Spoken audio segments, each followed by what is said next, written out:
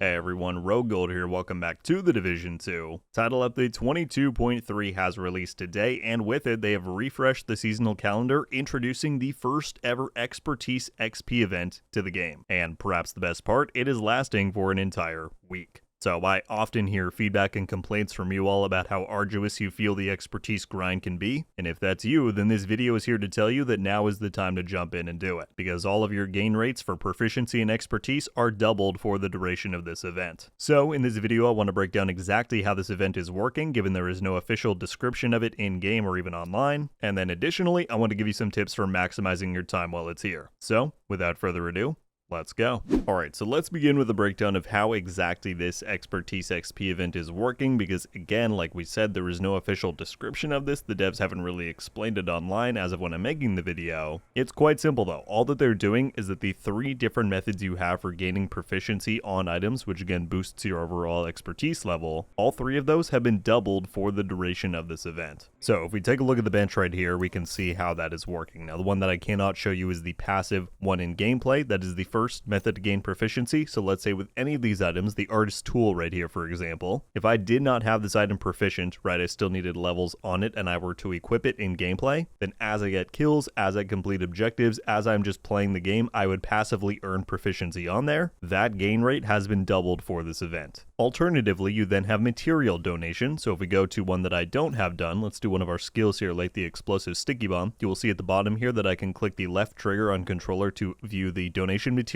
menu. Any of these that you choose to donate are doubled in how much they're giving you for the return. It's the same amount that they're always asking, but the actual gain rate that you get on proficiency is doubled. So for example, I'm going to click to donate this and you will see that it's jumping up by a very solid amount. Now we can't show you the standard rate because again it is all doubled while this event is here, but this is indeed a doubled donation rate compared to the normal amount. Alright, and then as many of you know, the last method to gain proficiency is by donating duplicate items for certain things. And I actually have a few that I can show you here in a live view. So under marksman rifles, I don't have the Mantis fully maxed out, but if you click research on it, you will see any duplicates that you have that you can donate. So you can see this one is sitting at just under proficiency rank 5. Additionally, if we go to knee pads, I have a copy of the new snow machines, or new from this winter event, to donate as well. And this one is just below half a level towards level 1. Now normally for items like these, right, named items and exotics, donating a copy will give you half of one level of proficiency. So what should happen when I donate these things is that they will both jump up one entire level, right, because it is all doubled in how much you're getting. So let's do that right now. You can see at the bottom I can hold X to donate junk, and if we do that, it jumped one full level up to level 1. And if we go back to the Mantis, that should now be close to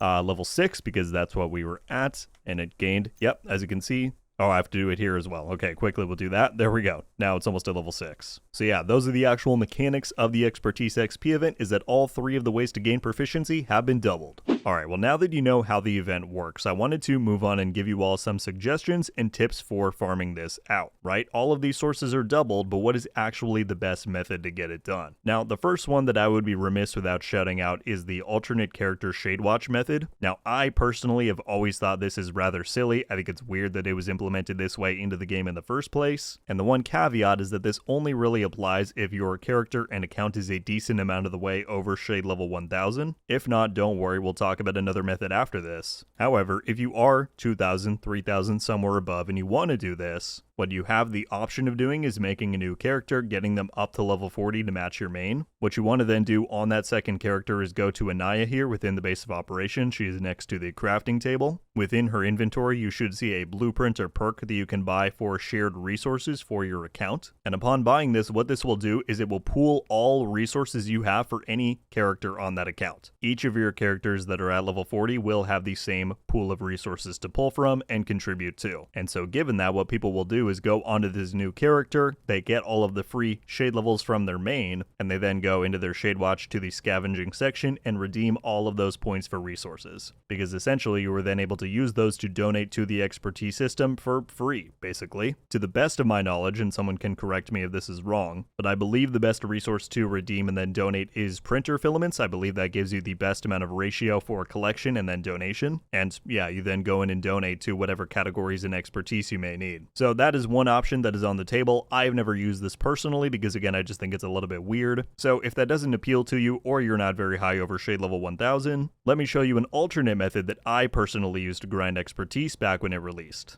Alright, so let me try and give you a quick rundown of how this method works. The first thing you're going to want to do is equip a build that has the most amount of unproficient items that you have. So what that means is that, for example, if I didn't have my pestilence maxed out in proficiency, then I would want to equip that. Same with the rest of this build. So just pretend, for the sake of example, I can't really show you because I have most of my stuff maxed out. But let's say for the Umbra gear set, I only had 2 proficiency levels out of 10. Maybe the same for the Coyote's mask, I only have 3 out of 10. On the pestilence, I still needed another 2, and on firewall, I wasn't done with that either. Basically, you just want to equip a build that has the most amount of things that can still gain levels as possible. That includes your skills, that includes your pistol, your spec, everything. Once you have that, you're then going to want to go into your map and over to the countdown game mode. Now you want to open up the targeted loot table here, and what you want to then do is select a category of another category or item that you don't have maxed out in proficiency. And again, if you want to check those things specifically, you can go into your menu, access the tinkering station, go to expertise, and just look at these categories and see what you have the most amount that is not complete. So maybe that's rifles for you. Maybe you barely have any of these 30 done.